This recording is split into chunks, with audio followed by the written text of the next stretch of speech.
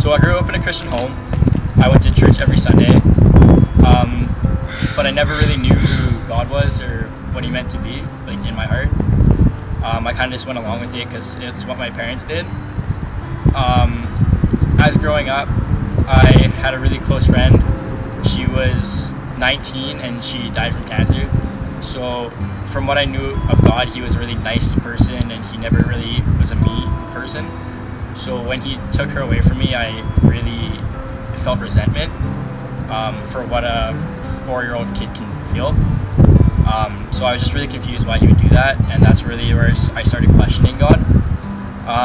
When I was 9 years old, my parents divorced, and for any kid whose parents have been divorced, it's the hardest thing to do. Like, you're losing your family, and you just, I don't know, you feel it in your heart, just like you're splitting. It's terrible to go through.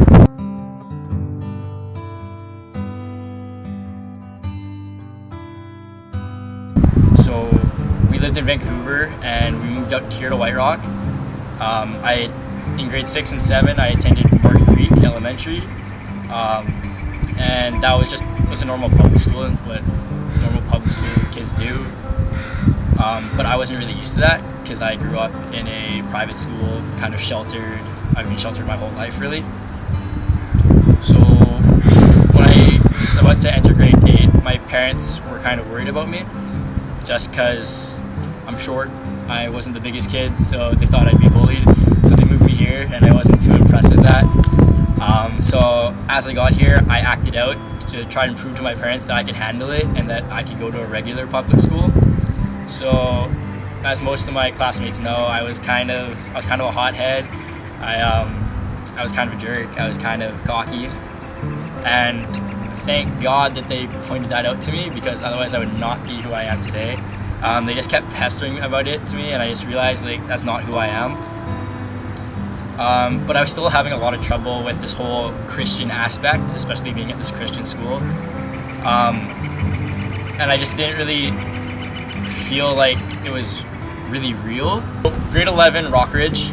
I really went into it not really believing like I'd come out any different. I just kind of went, and throughout high school I just tried to be the kid that fit in. I wasn't really a leader. I was more of a follower. And that's not really who I am. So through high school I've kind of just been a follower, and I haven't been myself.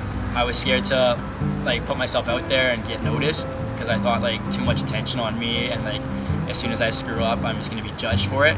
And that's a big thing with high school, is like you always think you're gonna be judged, but recently I've just come to realize, like, it's high school. It's only 5 years of your life, and once you're done, like, you're not gonna really remember much of it.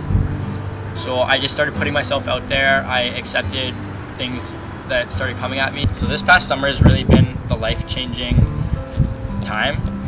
I went to Rev Camp after attending maybe 3 youth nights at Revolution, which is at CLA Church. I met some great people there, and they really genuinely had a relationship with God. After listening to the pastor's sermon after sermon, I decided to get baptized, and Justin Reimer here is actually who baptized me. So give it up for him, and thanks for coming out. And it seems you had heard, as we walked the city streets, you never said a word. When we finally sat down, your eyes were full of spite.